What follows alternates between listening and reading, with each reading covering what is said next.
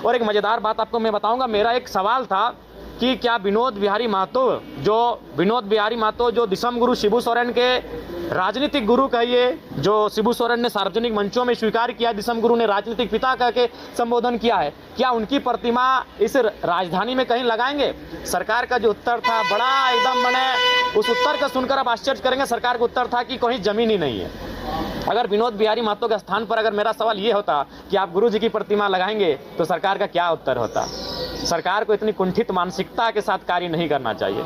योगदान अगर गुरु जी का है तो योगदान जयपाल सिंह मुंडा का भी है, योगदान विनोद बिहारी महतो का भी है, लेकिन सवाल को यह कह के खारिज कर दिया गया कि जगह ही नहीं है। आश्चर्यजनक, विनोद बिहारी महतो के लिए जगह नहीं इस राज्य में एक स्टेचू के लिए, घोर आश्चर्यजनक। जिस विनोद बिहारी महतो ने दिसम गुरु को अपने घर में रखा और उन्हें मैंने पढ़ाया, उन्हें राजनीति में लाया, और साफ शब्द में झारखंड मुक्ति मोर्चा विनोद बिहारी महतो के पैसे से बना है। वह उस समय वकील थे, दिसम गुरु इतने सक्षम नहीं थे। बेशक वो एक बहुत बड़े मास लीडर थे, संथालों की बहुत बड़ी आबादी होती है, इसलिए कॉमरेड ए के राय और विनोद बाबू ने प्राथमिकता दी थी कि इस शख्स को बड़ा नेता बनाना, उन्होंने बना दिया। लेकिन जो पैसा लगा था वो विनोद बिहारी महतो का था, वकालती का पैसा लगा था। जो कागज और कलम और स्याही लगी थी झारखंड मुक्ति मोर्चा बनने में वो विनोद बिहारी महतो का था। और सरकार का उत्तर है कि राजधानी में कहीं जमीन ही नहीं है जहां उनकी प्रतिमा बने। तो सोचिए अगर मेरा सवाल जस्ट खाली विनोद बिहारी नाम के जगह पर जयपाल सिंह मुंडा या दिसम गुरु शिबू सोरेन का होता तो सरकार का क्या उत्तर होता?